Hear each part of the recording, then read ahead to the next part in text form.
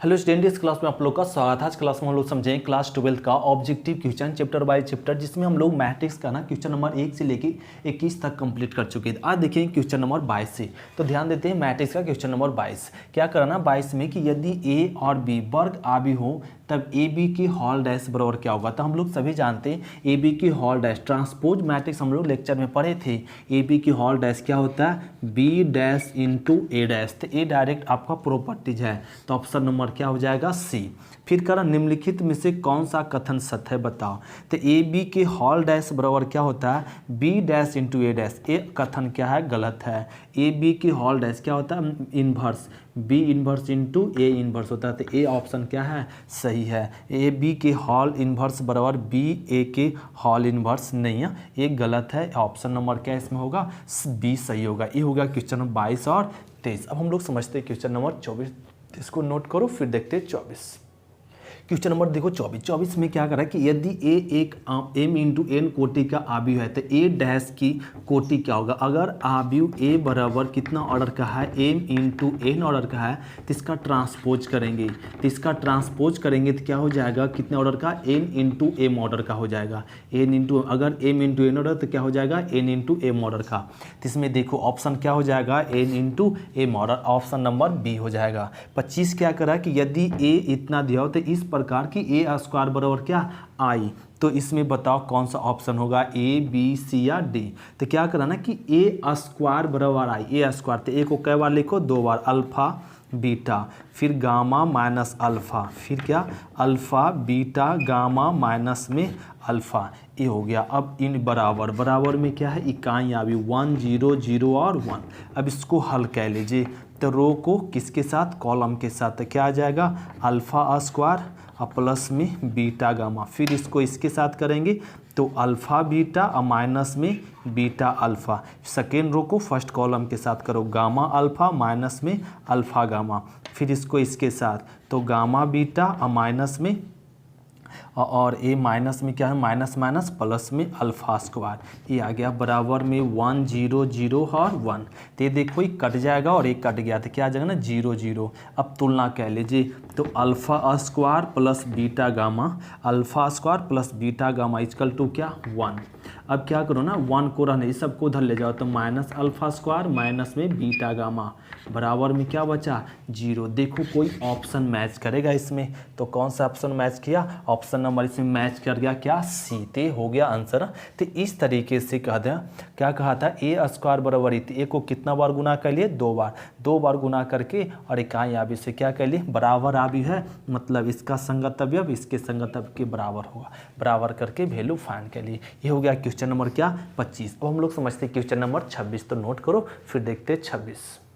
तो question number 26 देखो 26 में क्या करें कि यदि ए एक आव्यूह ए सममित तथा विसम्मित दोनों, कोई आव्यूह ए सममित तथा विसम्मित दोनों हो तो कैसा आव्यूह होता है तो एक शून्य आव्यूह होता है। क्या होता है शून्य आव्यूह। शून्य आव्यूह ही सम्मित और विसम्मित, ये सब प्रॉपर्टीज में हम लोग क्या ना पॉइंट में लिखा चुके थे जब एक्सरसाइज हम लोग पढ़ रहे थे। तो अगर कोई आव्यूह सम्मित तथा विसम्मित दोनों तो कैसा आव्यूह होता है तो शून्य आव्यूह होता है। तो इसमें ऑप्शन नंबर क्या मैच कर जाएगा बी। अब देखो 27 में क्या करा कि 27 में करा ए एक वर्ग आव्यूह है तब a प्लस ए डैश क्या कहलाता है तो a प्लस ए डैश सम्मित आव्यूह कहलाता है। क्या कहलाता है सम्मित आव्यूह सम्मित आव्यूह कहलाते हैं। तो इसमें ऑप्शन नंबर क्या हो जाएगा ऑप्शन नंबर हो जाएगा सी। जब कोई आव्यूह ए वर्ग आव्यूह है तब ए प्लस ए डैश क्या कहलाता है सम्मित आव्यूह कहलाता है। और हम लोग सभी जानते हैं ए माइनस ए डैश रहता तो क्या कहलाता विषम सम्मित आव्यूह कहलाता, लेकिन क्या है ए प्लस ए डैश है तो सम्मित आव्यूह। ऑप्शन नंबर क्या हो जाएगा सी। अब देखते हैं क्वेश्चन नंबर हम लोग 28, इसको नोट करो फिर देखते हैं 28। तो क्वेश्चन नंबर देखो 28 में क्या करेंगे ए दिया हुआ तब करा ए प्लस ए डैश क्या होता है ए दिया हुआ ए प्लस ए डैश करा, इसमें कौन सा ऑप्शन होगा तो ए लिख दो 1 -2 5 और 3 प्लस ए डैश हम लोग सभी जानते हैं इसका ट्रांसपोज कर दो। फर्स्ट रो क्या बदल जाएगा फर्स्ट कॉलम में और सेकेंड रो सेकेंड कॉलम में 5 और 3। अब इसको जोड़ लीजिए तो 1 और 1 क्या आ जाएगा 2, -2 और +5 के 3, +5 और -2 कितना आ जाएगा 3, और 3 3 6, ये आ गया, ये हो गया। तो इसमें देखो कोई ऑप्शन मैच किया, ऑप्शन नंबर क्या मैच कर गया, ए हो गया क्वेश्चन नंबर 28। अब देखते हैं क्वेश्चन नंबर 29, इसको नोट करो फिर देखते हैं 29। क्वेश्चन नंबर 29 देखो, ए दिया हुआ, ए दिया और करा ए डैश ज्ञात करो, बताओ ए डैश बराबर क्या होगा। तो इसका डैश करेंगे हम लोग, क्या ना इसका डैश क्या ना फर्स्ट रो फर्स्ट कॉलम बदल जाएगा, तो 0 -1 और -4। अब दूसरा रो को पहला कॉलम बना दो, सेकेंड कॉलम, दूसरा रो को दूसरा कॉलम बनाएंगे 1 0 माइनस में सेकेंड। अब तीसरा रो को तीसरा कॉलम 4 7 और 0। ए इस मैट्रिक्स का क्या निकल गया, ए डैश निकल गया। अब ए डैश आ गया, अब डैश कर दिए। अब इससे माइनस कॉमन ले लो, तो माइनस कॉमन लेंगे तो ये प्लस वाला माइनस हो जाएगा, प्लस वाला माइनस हो जाएगा, माइनस वाला प्लस, और 0 -7 और 4 7 0, ए आ गया। तो ए डैश बराबर, अब माइनस ए देखे तो वापस क्वेश्चन लौट आया, देखो तो इतना बराबर क्या लिख सकते हैं ए।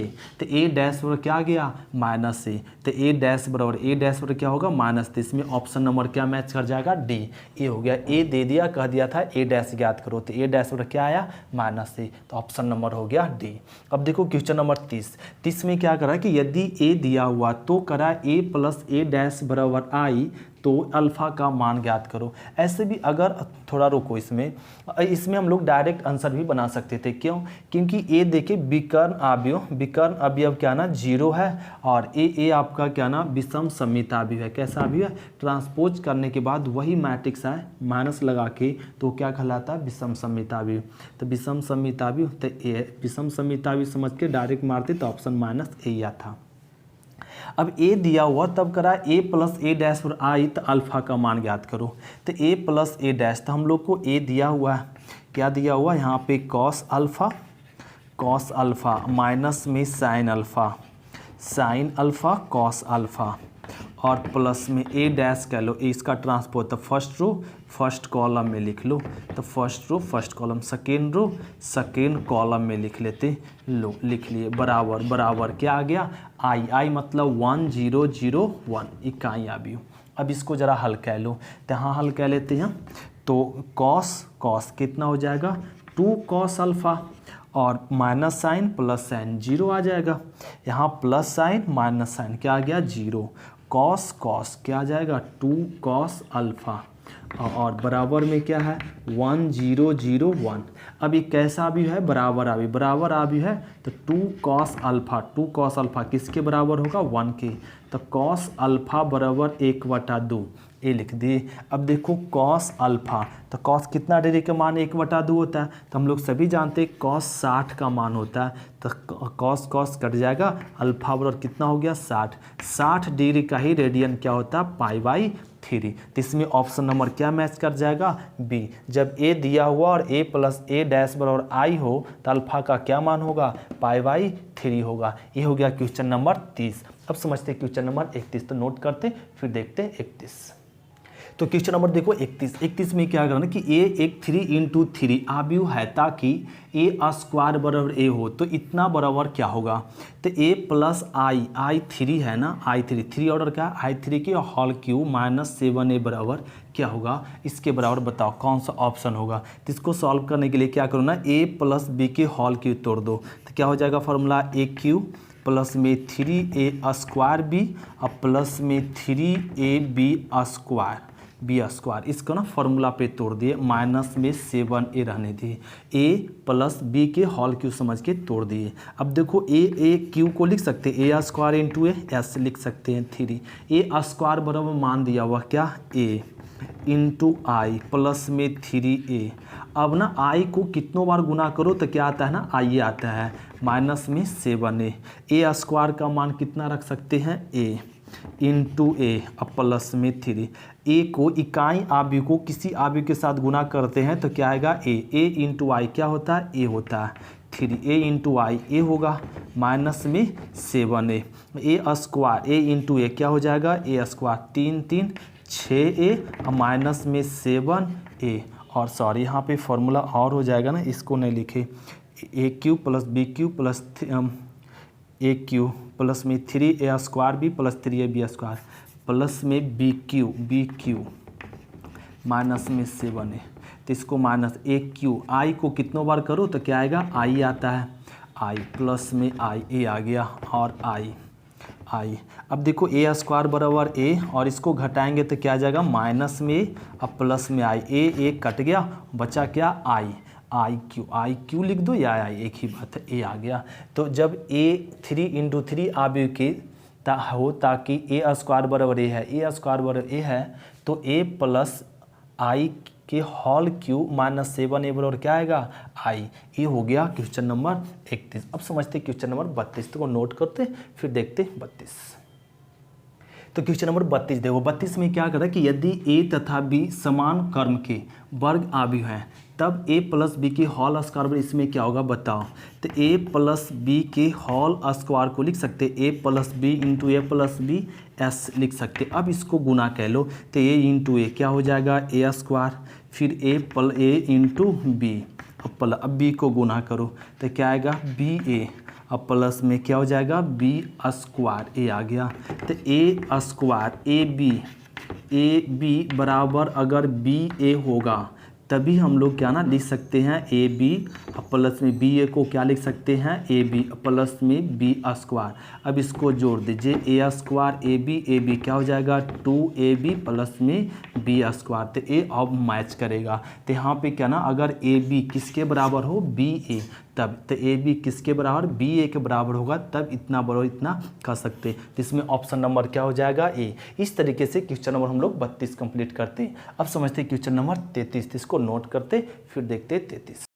तो क्वेश्चन नंबर देखो 33 में यहाँ ए और बी दिया हुआ, तब करा बताओ ए बी बराबर 0, बी ए बराबर 0 या क्या है। तो सबसे पहले क्या ना, ए बी निकाल लो, तो ए इंटू बी, तो ए पहले लिख दीजिए 1 0 2 0 इंटू 0 0 1 2, यही है ना, यहाँ 12 है ना, चलो 12 है। अब इसको गुना कह लो, गुना कैसे करते, फर्स्ट रो को फर्स्ट कॉलम के साथ गुना करेंगे तो 0 + 0 आ जाएगा, फिर पहला रो को दूसरा कॉलम के साथ गुना करो तो 0 + 0 आ रहा है, दूसरा रो को पहला कॉलम के साथ गुना करो तो 0 + 0, फिर दूसरा रो को दूसरा कॉलम के साथ करो तो 0 प्लस में 0, ए आ गया।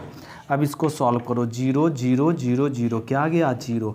तो ए इंटू बी किए तो क्या आ गया, 0। अब निकालना पड़ेगा बी इंटू ए, तो पहले बी को लिख दो 0 0 1 और 12 इंटू अब इसको लिख दीजिए 1 0 और 2 और 0। अब इसको गुना कह लीजिए, तो पहला रो को पहला कॉलम के साथ गुना करेंगे तो 0 0 आ जाएगा, फिर पहला रो को दूसरा कॉलम के साथ करो तो 0 0 आ गया, फिर दूसरा रो को पहला कॉलम के साथ गुना करेंगे 1 12 दूना 24, फिर दूसरा रो को दूसरा कॉलम के साथ गुना करो 0 0, ए आ गया।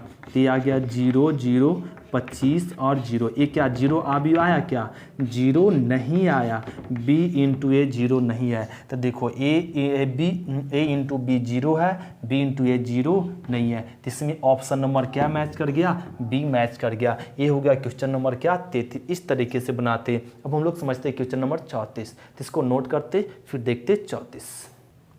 तो क्वेश्चन नंबर समझो क्या ना 34 में क्या करें कि यदि ए तथा बी समान कोटि एक सममित आव्यूह है तो ए बी माइनस बी ए कैसा होगा। तो हम लोग को ना एक क्लास में हम लोग समझ चुके थे, इसका प्रॉपर्टीज भी बताए थे और इसको प्रूफ भी किए थे इस पॉइंट को कि ए और बी सममित आव्यूह है। तो ए बी माइनस बी ए कैसा भी होता है, एक विषम सममित आव्यूह होता है। क्या होता है, एक विषम सममित आव्यूह। तो हम लोग को डायरेक्ट ऑप्शन मारेंगे क्या ना ए, क्योंकि ये पॉइंट हम लोग को है ए याद रखना पड़ता है।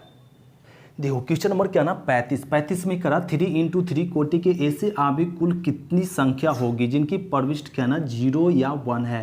तो क्या प्रविष्ट दिया हुआ, 2 प्रविष्ट दिया हुआ, 2 प्रविष्ट दिया हुआ। फिर करा इसमें कितना ऑर्डर का, तो 3 इंटू 3 ऑर्डर का। तो इसको लिख दीजिए 3 इंटू 3 ऑर्डर का। तो 2 पर पावर क्या हो जाएगा 9, 2 पर पावर 9 मतलब 512। तो इसमें ऑप्शन नंबर क्या हो जाएगा, ए हो जाएगा। राइट है 512, 2 को 9 बार गुना करेंगे क्या आएगा 512, ई हो गया आंसर। अब देखो क्वेश्चन नंबर 36 में क्या करा ना कि ए दिया हुआ, ये दोनों बराबर आव्यूह है। तब पूछ रहा है इसमें एक्स वाई बराबर क्या होगा बताओ। तो इसको फाइंड करने के लिए हम लोग सभी जानते हैं क्या ना दोनों बराबर आव्यूह है। तो संगत आव्यूह एक्स प्लस वाई बराबर किसके बराबर होगा 1 के।